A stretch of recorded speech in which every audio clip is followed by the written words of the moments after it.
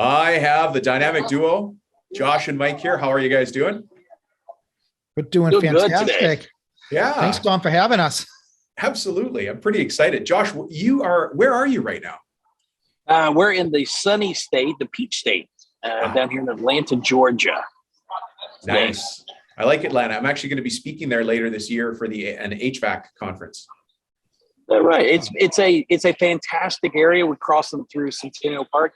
Believe it or not, I'm 39 years old. Have never been to that, so it's been a cool experience to see some of the stuff they have around here. Yeah. And are you at a trade show or something? Because I can hear some voices in the back. Absolutely, and I apologize for that. We're at the International Sign Association Sign Expo. So for anybody who happens to be a sign builder out there, or a sign installer for that matter, we're doing some speaking here and exhibiting. Oh, fantastic. Well, Mike, not to leave you out, where the heck are you?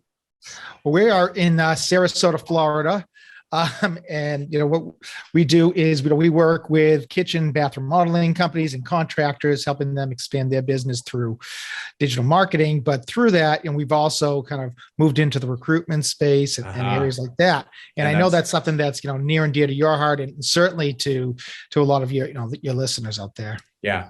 It's amazing what getting to know people does, because Mike, I met you through some other people, and then you and Josh worked together on something very specific that's going to be of a lot of interest to everybody listening, which is how to find people where they are not getting found right now. And so that is looking at the internet through one very, very, very specific window pane to recruit using social media. Josh is smiling and laughing. Hey, actually, before we get to that, I've got a question. I always start with this question, so people kind of wait for it. We'll start with Josh. Josh, who the heck are you? And how is it you come to be speaking to all these contractors? And then I'll say the same thing to Mike after. Well, hey, my name's Josh Wheeler. I've spent the better part of the last 20 years in the marketing space, but I grew up at a small family-owned business that we built and made signs. So, as I'm here today, it's through the relationships and things that, sometimes life just takes you and you never anticipate happening, which makes it all that much more fun, right? So between Mike and now getting a chance to talk to you, it's been a good run. But unfortunately, don't have any spicy, juicy details to give to anybody. It's pretty vanilla for the most part. But as you work and get through, that's kind of what led us here. Yeah, except that you have the keys to the magic door for how to find people. Yes. Which is, it's the hot button for all of us right now. We're so busy, and it's hard to find people, and then it's even harder to find good people. It's such an interesting dynamic, and I know we'll talk about this a little bit more as the show goes on, but such an interesting dynamic right now within the environment that we're in. So hopefully we've been able to crack that code between Mike and I and make it a little less stressful for some of your listeners out there as it pertains to getting people so they can grow their businesses. Yeah. Well, you just said the word Mike. So let's go to Mike. Mike, who the heck are you? And how is it you come to be speaking to these guys? So my name's Mike Goldstein, and I am the founder of Kitchen Remodeling SEO, where we work exclusively with kitchen and bath remodeling contractors and home service contractors, helping them expand their business through digital marketing and getting their internet marketing right. And what we do oftentimes is we work with people to try and generate not just not just the quantity of leads, but the actual quality of leads. And one of the things that we have found recently is that lead generation is not that difficult, but rather we have a lot of clients who, quite frankly, they, once we generate the leads, they have a whole new problem, which is, how the heck do I fulfill this stuff?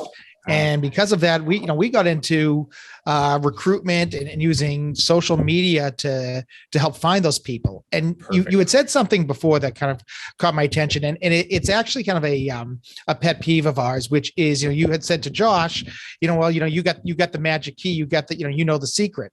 Yeah. And the thing is, we are really big about transparency. We're really big about, you don't want to hoard that secret. I mean, there's so many of us who can really just take advantage of this information, and there is no secret sauce. It's just a matter of, you need to just be consistent. You need to kind of be understand what the predictable lead flow is going to be and how you go out there and reach those people. We love to share that information, because honestly, the more we're able to do that, I think the stronger the economy is going to get overall, both in the US and in Canada. Everywhere. Yeah. And we got listeners all over the world, the English speaking world, I should say. So, but today we're going to talk about all of that social media understanding and everything web and everything mobile from the perspective of recruiting. So guys, I'm going to open up the floor to you. I need to defer to the experts. How do we use social media to recruit? Well, here's the one thing I'll tell you, and we need to lay a little bit of foundational work here because most of you might look at it like, Facebook. That's where I go and look at family pictures and that kind of stuff. And listen, most of the people that we run into are using ZipRecruiter. They're using Indeed. They're using these types of platforms, which listen, I get it because they're good hiring platforms. Unfortunately, they're not good hiring platforms for blue collar, unless you're looking for some kind of like sales, in a sales team or something like that. But for the most somebody part, professional, a sales, an estimator, maybe a drafts person, office position. The people who are actually getting in the work done, they're the dirty hands guys, right? They're the dirty job guys. Those people are not looking for jobs there. So we sometimes have to find places that they are going to be. And honestly, Facebook, and to some degree, YouTube, TikTok, and a few other ones. We're going to talk about Facebook today specifically, but there's multiple platforms, but you have to go where your people are going to be, not where you think that they should be, right? So that's right. As we work through this, we're going to be talking about Facebook today specifically because that's where the blue collar. So when we help guys in the sign industry be able to pull guys in, that's where we go. Now, it's interesting, and you guys can direct this as far as how quickly, or if you need me to slow down, you need to make sure to tell me what's going on, right? But the very first things that we typically do, and what you need to know by using Facebook is that you're going to want to you don't need to write a full job description in certain terms. The big things that you need to make sure that you have written down are what they're going to make, and make sure that what they're going to make is competitive. We have a couple guys right now in the lawn care space that is recruiting people, and their competitors are paying $18 to $22 an hour for these types of landscape construction, and he wants to offer $14 to $16 an hour. Let me tell you, if you want to have an unsuccessful recruiting campaign, that's how to do it. Offer people less money for the same work. Yes. Yeah. Right. It's unfortunate. It's unfortunate. But hang on a second. Let's be real here. That means I need to adjust my pricing in the field. Those costs do come through the owner, but they shouldn't be borne by the owner. So anybody listening, if you're encountering that same thing, the problem you might have is an unwillingness to raise your rates to reflect the actual labor rates plus burden. I don't want to forget burden rates, right? We'll get into burden. We've gone into burden in other shows. So that's a great point though. Like you have to provide a competitive rate. And I know you might be listening thinking, how can I be paying my guys that much? I don't even make that much. Well, we'll get to that in other episodes as well. I will tell you that right now, if you are already working someplace, if you're working someplace, there's going to be somebody that comes in and makes more than you, or even with you, even if you've been there for a long time, because that's what the market's done. It is an employee's market, not an employer's market. It's kind of like the same thing that we get into with houses, right? It's like, okay, you either have a seller's market or a buyer's market.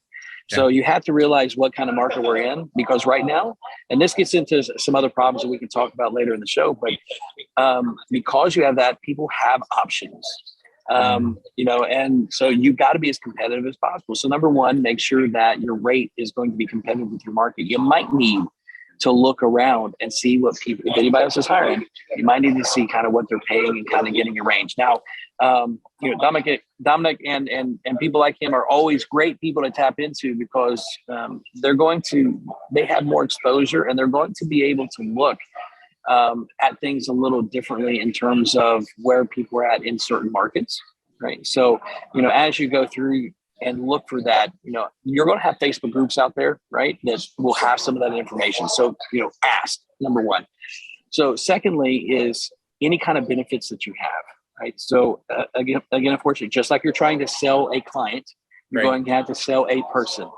So you're going to have to up the ante. So if you don't currently offer insurance or you don't currently offer a lot of things, that's okay. But just know that it's going to be a little more difficult because they can go down the street and they can get some of those benefits. Third is, and this is really just from an incentive standpoint, and we don't use these all the time, but sometimes it's necessary, is to use a sign-on bonus of some sort. Right now, this is not. Let's say, for example, you have a $3,000 sign-on bonus. That doesn't mean they have to have $3,000 on their check on the first week. It means, we're going to pay you an extra $300 across 10 weeks. Right. That's right. So don't worry about that. And those are really the three big things that we see, that if you're going to prep to run anything on Facebook, start there from a preparation standpoint. Yeah. And one other thing just to throw in there is when you're looking at running an ad on Facebook, whether it's for recruitment, whether it's to sell a widget, whether it's to offer a service, it always comes back to the same thing, which is how powerful is your offer? And, now are you actually making an offer, or are you just kind of bloating and puffing up yourself? And when people are looking at ads, they don't want to hear how great your company is. They don't want to hear, what a fantastic person you are or any of that. They want to know what's in it for them. So it's really important to make sure that you maximize the offer itself and you dial that message in. Yeah. So I think that's why, sorry, Josh, but that's why pictures of you doing the company barbecue on a Friday night seems like, who's going to care? That's exactly what people care about. Oh my God. Yeah. Yes. Right. This is our lunchroom. You think, oh my God, that's our lunchroom. That's our lunchroom. How many shops don't have lunchrooms? Or the fact that you might be trying to recruit guys that are working outside in the blazing sun or the pouring rain, and you've got an inside shop. You think this is what it looks like every day, consistent temperatures. As people get older, their body starts to hurt. They don't want to be outside anymore. You might be able to pull those people over as well. I'll tell you something else, which Tom, you just raised a really great thing. Is we've done a ton of A/B testing with Facebook ads and the images that you use, right? And one of the things we find is if you have real, authentic photos of your team, of team members doing the job, it's a whole lot better because people see stock images. that stop the scroll doesn't happen. They just keep on scrolling. They just keep on going. But when you actually say, oh, look at that, that could be me. All of a sudden, their interest is piqued. Yeah. I got to ask you a question, Mike, because you guys, your natural environment, your natural jungle is marketing. What's an A/B test? What's stock photos? What's stop the scroll? Can you give us 2 seconds on that? Absolutely. So let's start with the A/B test, because that's probably the most important part. What that refers to is simply taking an advertisement and isolating one part of that ad, changing that up, and then running the two ads to get against each other and seeing which one performs better. Once you find out, and so let's be a little more specific. So let's say we're using the exact same text. We're using the exact same image, but maybe we change the audience targeting just a bit, or maybe we have a different image, but it's to the same audience, the same text. Once we isolate that area and we find out which is the winning part, then we do go on to the next A/B test, and we say, okay, well, we know what image is going to work. Now let's test the headline. Right. Once we have that, and and so on and so on. But really, one of the things where people get discouraged with Facebook advertising, and again, whether it's in marketing for sales, whether it's marketing for employees, it's, I spent all this money I had no clicks. And why didn't you get any clicks? Well, how many ads did you test against each other? What do you mean? We just, we put the ads up. I mean, it's really easy. Yeah. All you got to do is just type some stuff. You upload an image, boom, bam, bam. There we go. Well, that's what Facebook tells you, because they want you to spend the money, but you need to approach it scientifically, not creatively. Yeah. And I mean, they don't even talk about the fact that there are different ways to optimize the different goals. I mean, you can target based on just trying to get the biggest reach. You could target based on online behavior. How many people, actually have a history of filling out forms? You can target on that. You can target on interest levels and all of that. So there's a lot of different ways you can target, you can optimize. And that's why it's so important to test the different components against each other and you find that winning, that winning. When I see you guys doing your work, these search engine optimization gurus and wizards like you guys, I always imagine that DJ in front of a big mixer board who's got all these little buttons and dials that they push to make it sound a certain way. And that's what you guys do on the internet. You turn this up a little bit, turn that down a bit, move that slider. I'm not going to know. You know what I'm going to do? I'm going to push everything up and go, should sound all right. Yeah, and well, unfortunately, that's what a lot of people do. So any DJs out there listening, and I know a couple of you are in music. I'm thinking of you, Rick. They're probably horrified right now that that's what I think a mixer board does. You just push all the knobs up, you turn everything to maximum, have a party. But really, that's what you guys are experts at is the tweaks and the adjustments. And that A/B test is super important, because I can't just have one ad that looks one way and another ad that looks completely different and expect to get good data. I have to change just one thing on each one, and then I know where the fault is. Then I fix it and move to the next one. And it is so hard to, when you're brand new to this, or if you don't, if you haven't done ads over and over again, I mean, the temptation is there to, and I'll tell you, I mean, we have clients who, they're constantly saying, hey, so do you have any new creative coming out? Do you have any new creative coming out? And the thing that you've got to remind them is, wait a minute, is the ad working? It is. Why do you want to change things? Or, and on the flip side, they love this image, but you got no clicks, you got no form fills. Oh, I don't think you're pushing the image out to the right audience.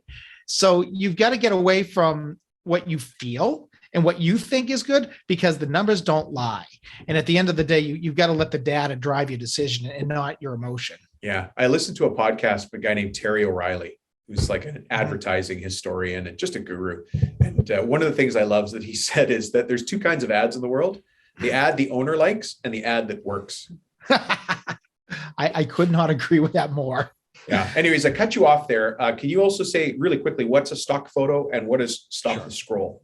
Sure. So stock photo, very simply, is just an image that everybody and their mother uses. You see it at the bank, right? Yeah. You can get it for free. You can buy really nice stock photography, but if you want to be unique, you don't want to use the same image, and especially, we're talking about home services in the local areas. These are really small knit communities.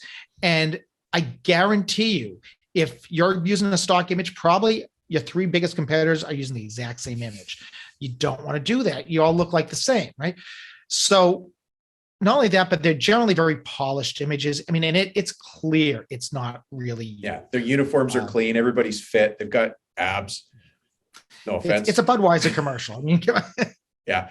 Okay. Sorry, I cut you guys off. So that's a couple of interesting things. So using Facebook for recruiting, other people are out there and they're spending money on Indeed. They're spending money on Craigslist. They're spending money on Facebook, which is, Amazon's doing the same. Every town where there's an Amazon or a Tesla factory, they're just hammering these platforms. And any of that entry-level labor, which we're so interested in because we need somebody to move the wood or move the dirt or pick up the bricks, whatever it is, right? We feel like they're getting consumed by that. So how do I compete with those guys? And how do I use this tool that you and Josh are talking about to do that? What do I do? So there's a couple of things that you look at. When, the first one is you have to look at kind of social media advertising the same way you look at a radio ad, which is just because someone sees something one time doesn't mean they're going to go click and they're going to jump on it. So there's something called retargeting. And retargeting is so critical, especially in this field. And what happens is, if let's say someone shows a little bit of interest, maybe there's a video and they watched the first 15 seconds, then they clicked off. Maybe they clicked on the ad, they went to the page. I don't know if I really want to fill this application out now. All of a sudden, and a lot of you guys, I'm sure, have done this. You looked at an ad, you went to a website, and you are just being peppered everywhere you go. Every website, for some reason, it's popping up. It happened to me a couple of years ago. I was looking for an engagement ring for my wife. Went to, I think, Zales or one of the big jewelry stores. I was on the site for about 15 seconds. I knew it was absolute just trash when I was looking at it. It was very cheap stuff. And I got off for the next 4 years. I can't get away from diamond ring. But the same thing happens. If you go look up a stiletto framing hammer, the titanium hammers, they're going to retarget you. And that's why you keep getting the stiletto ad everywhere you go on the internet. And so you can do, what you're saying is you can do that same thing. You can use that same marketing method to push recruiting messages to me. Absolutely. And not only that, but based on what you engage with, you can get different types of messages. So somebody who has gone to your web page and didn't fill out a form, you've already, your message already has captured them enough to get them that far. So you may want to retarget them with more of a conversion type of advertisement than someone who simply has seen a video that you have and they've watched 25% of it, or they've watched 15 seconds of it. Yeah, they didn't actually click, they didn't do anything. So maybe you can continue to maybe market them with more just general information about the company and about why it would be such a great fit for them and what's in it for them, rather than trying to push them to that application. There's a lot of intelligence behind this. And then the other thing is, you want to get take the cream off the top, right? And one of the ways to do that is, who's ready to jump right now? Well, what do people want to do when they want to jump, and they want to talk to you? They want to get the conversation started. So one of the things that we can do is we can actually build out a very intelligent bot, and you can have a send message. Yes. Like a robot, like an automated. Yep. And what you can do is you can literally have a send message campaign. So the whole CTA, the call to action, is going to be, click here to let's start talking right now. And we can build out, or you can build out there's a whole host of tools. One of the tools that we use often is called ManyChat. And you can build this very smart chat widget that has what we call conditional statements. What that means, in taking all the programming nonsense out of it, is we lost a lot of people here. But that's good though. There's an expertise that lies here that has layers to it, is what I'm hearing. Yeah. And can I make an admission, guys? Is it okay? Oh, sure. I miss the yellow pages and classified ads days. What happened? How did this get so complicated? But Google. At the same time, we could be very specific. Sorry, Josh, what was that? I was like, it's Google's fault, is what it is. They made it complicated for this reason. Somebody's got to be doing it. Somebody's got to be doing it. Yeah. I'll blame it on them. I don't care. They're big enough. They got wide shoulders. They can handle the weight. Oh yeah. Right? They don't, and they're not listening to our podcast. And they don't care. Yeah. They don't care. They don't care. Hey, Josh, have you got any data on this? Like, tell us how this works, but tell us some numbers or some stats if you've got them. And of course, observations and stories are good too, but give us some data that you've got. Well, there's a couple things that you're going to have to know as you are setting your expectations on what a system like this would do for you. So, and this goes from some of our other recruiting friends that work in other industries, offline, right? So they're really working hard to get professionals and that kind of thing. But throughout the process, what I was saying earlier with it, it's an employee's market, is that 50% of the people that actually schedule an interview with you will not show up.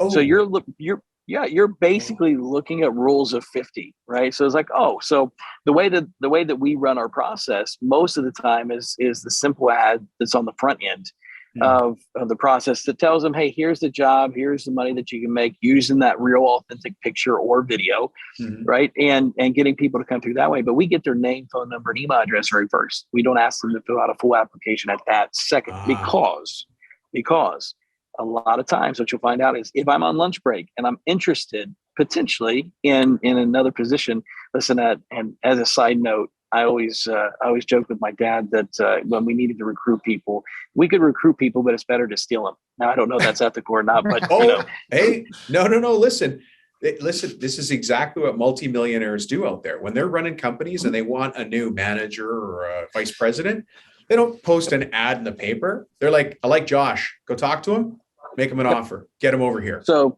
they don't waste time.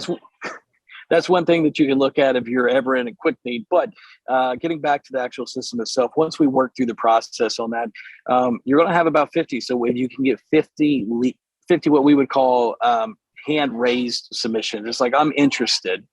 I'm generally interested. I'm not making a commitment, but yeah. Yes. Okay. I'm generally interested. We have their information now, so we can follow back up with them. But typically speaking, you're going to get in contact with about half of them, having some sort of interaction or conversation. Now, once you go to the next step, you're going to have to, okay, so now we got 25. So we start at 50, we get 25.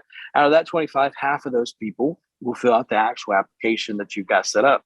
Then half of those people are going to be qualified. So now we're down to 6, right? So half of those people are going to be qualified, and you're wanting to schedule interviews with 3 of them. So you can look at your numbers really quick and say, okay, I'm going to have about 50 people come through our pipeline and our funnel before I'm going to maybe hire one person. Now, that's not always the case, because I'll tell you that it depends on specialists versus somebody who you will train. If you will train somebody up in doing what it is, you're going to have number one, a lot more response, because people are interested. And, we talk about making a career move and that kind of stuff. Listen, come and learn the business and we'll teach you what you need to know. Those you're going to have much higher numbers on, because people, the barrier isn't there. Yeah. But as you get into specialists, your numbers are going to be a little smaller. So you're going to have to be prepared to look for that. And that's probably, depending on the market that you're in. If you're in more of a rural market, you may have to run that campaign a couple months to get, if you're hiring several people. If you're only hiring one person, most of the time you run a good month and you're going to get your one person, and then it's going to be fine. Yeah. Right. It's interesting that you spoke about this as if it was sales. That was a sales conversation. We got this many leads, this much conversion rate, this many people show up, this many people buy. And, Michael Kaplan was a guest on this show, and he ran a massive carpet cleaning company. As a franchisee, he wasn't even the franchisor, the guy that owns the rights to everything. He was just a regional franchisee, and he grew that into a multi-million-dollar carpet cleaning company. But he said something on this very show. He says, treat my employees as if they're my second customer. So that's exactly what you were just talking about, Josh. So you got to think about it as a sales process. This many people interested, and then you just have that funnel to get how many you need. Now, it's funny that you say that, because I speculate, and I don't know this to be truthful, but in my gut, it makes sense, is that a lot of times people are working someplace else and they're going to make a move because they can see, hey, I'm doing the same work, but I can make $5 an hour more over here.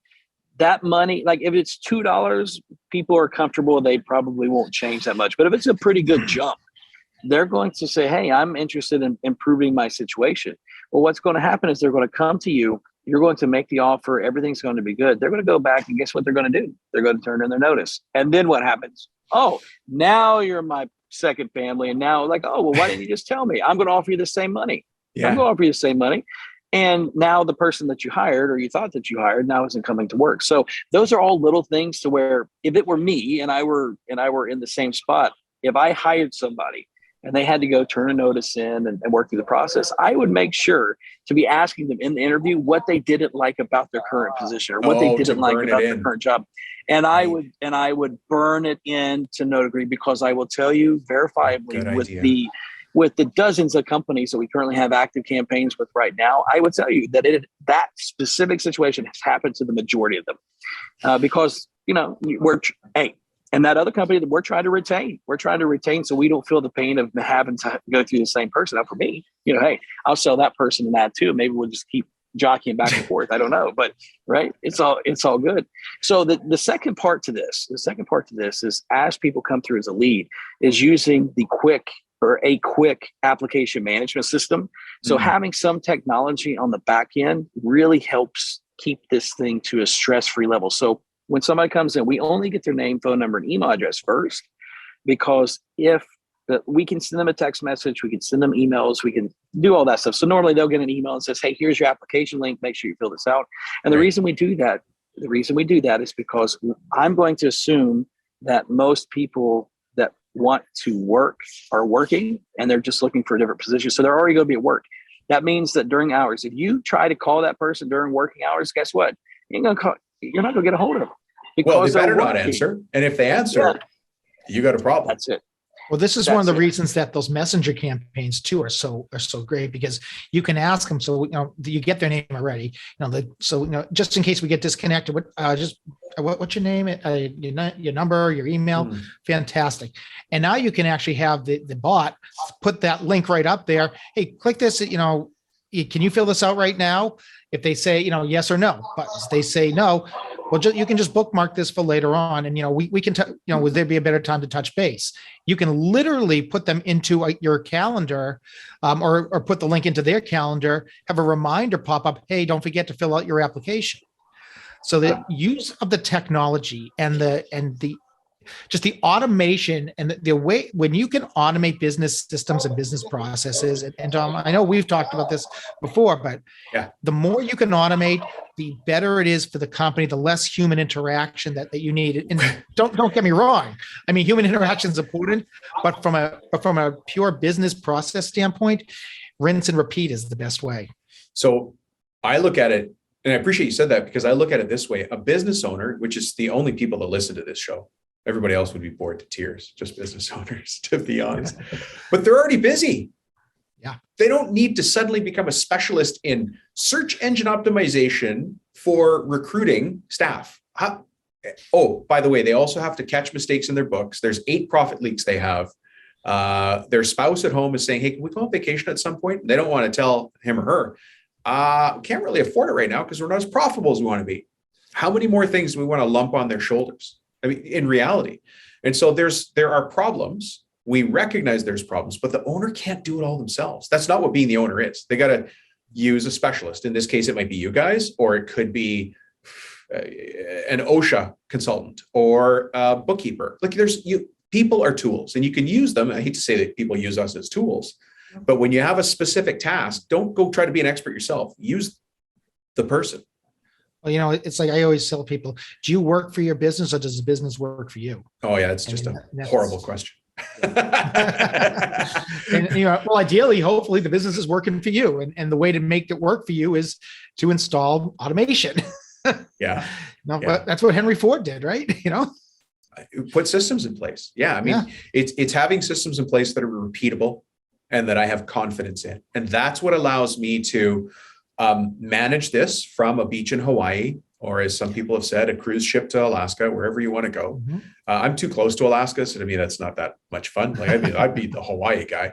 But if you want to manage the company remotely, or you want this to grow beyond, a project that you've got, like to run it like a real company, you're going to have to think a little bit differently than the guy across the street. And right now, everybody's fighting on the old standards, Indeed, Craigslist, hoping and praying, and there's some clever ways to use Facebook that I've taught people. And Josh, I'll tell you, one of them is in whatever city you're in, there's an immigrant population. And so let's just say it's, I won't say Hispanics because there's a lot of Hispanics across the country, but let's say there's Brazilian Portuguese people who are a real strong immigrant population. Well, that population has its own Facebook group in your city. Just say Boston as an example. Yep. Boston, Brazilians in Boston. That's the name of the Facebook group, probably. Well, I can contact the administrator of that account and say, hey, would you mind helping me do some recruiting? And for every application or for every person we hire, here's a little bit for you. And now I've gone to the people who can't necessarily speak the language. And so they feel like they're excluded from the market, and I can find a way into them, right? Even better if you've got a family member who can run that ad for you, but there's ways. You don't have to, we're looking at the same problem the same way, we're going to feel stuck and it's just going to be frustrating. So I'm glad you guys have this option, but there's all these little ways to just be a little more clever and get ahead. And talking about taking that and being clever with that population, with those pages, is actually ways that you can run an ad and target only to the people who are on that page, who are a member of that group or who have liked a page. Even better. And I mean, this is something that we do all the time when we're marketing, sales. I mean, you let's say, you're an interior designer, everyone who has liked, home goods or something like that. Let's target those people. And that's the same thing here. If they're all in a community page, let's go after that community. Yeah, I think, sorry, Josh, go ahead. I was going to say, and as a side note, just for your general business marketing purposes, and it works well for recruiting as well. If you can speak Spanish, for example, you can run Spanish only ads. So like we're going to target people that have on Facebook that they speak Spanish, and it will literally be one of the most cost-effective lead generation methods that people have if they have the ability to do that. I got to ring a bell right now. That was a ding, ding, ding, ding, ding moment for people.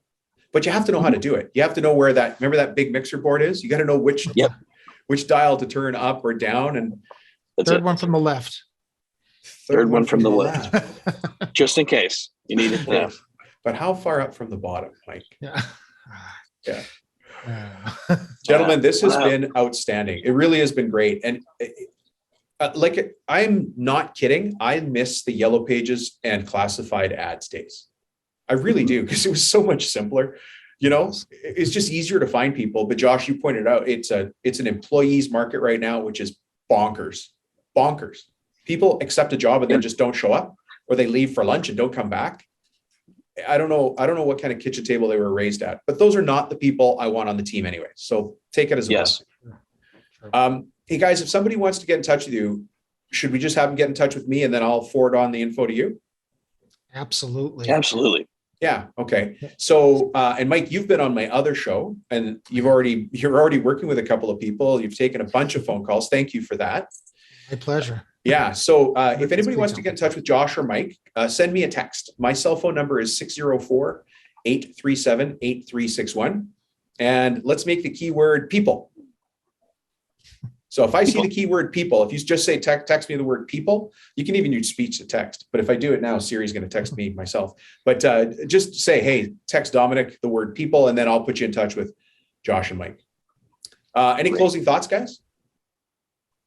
Well, I will give you one closing thought. Number one, just go out and do it. If you're looking for people, it's going to be super effective. Even if you just do it halfway, it's still going to generate your results. But there is one little thing that you need to be prepared to do. You do need to be prepared to contact people after hours, right? So whenever they're going through, because if you expect, and it's the same thing, like if they're at work, don't expect to get a hold of them. But at the same time, if you want to start a conversation, a quick text message at 6:00 or 7:00, whatever time that your particular people might get off, send them a text message. And honestly, people love to communicate via text. So you don't even have to call. That literally will be enough. Yeah. Keep it human. Make it a place where they want to work and show them that love. Yeah. That's it. But with keeping it human, I think, the one word I would use just to tell you, what will really help you and be able to take you to that next level, it's automation. Mm-hmm. Keeping it human, your solution is automation. I think that's awesome. We call that we actually call that the automation hamburger. Automate, the meat is the people when we get a chance to talk, and then the bun is just more automation. Yeah. You're right, though. I mean, how many times are we in the middle of automation that we don't even know of when we're calling? And it's so good now. The bots are so good. It sounds like, hi, this is Jenny. And you're like, oh, hey, Jenny, can I book an appointment with the dentist at 7? Oh, we have 7:30. Okay. There's no Jenny. How many times we've done that? We don't even realize we're talking to bots, and we program them. We do it. They're good. Yeah. All right, boys. Well, Josh, I know you're at a trade show there for the sign industry convention, and Mike over in Sarasota working hard with the trades there. Thanks for checking in, guys. We'll probably have you back again to talk more about this as time goes on, because it doesn't look like this employment issue is letting up anytime soon. Nope. Thanks, guys. Thanks so much. Bye-bye. All right. See you next time. Hey, everybody. We just kind of came back into the recording before I let the guys go. Josh, just as we were wrapping up the actual interview, you had a great suggestion for added value for the listeners in the show notes. What you want to tell us that again? Yeah. So guys, what we'll do is we'll send Dom over some screenshots and some things of actual ads that we use, just to give you kind of some examples of formats that you can use. So that if you were going to try to work on this and implement yourself, it'll give you at least a few different elements of what you should be looking at and what you're finding. Okay. Super idea. Thank you for that, Josh. Thanks, Mike. I appreciate Absolutely. you guys. I love it. You're trying your hardest to help, and that's what we're all trying to do here.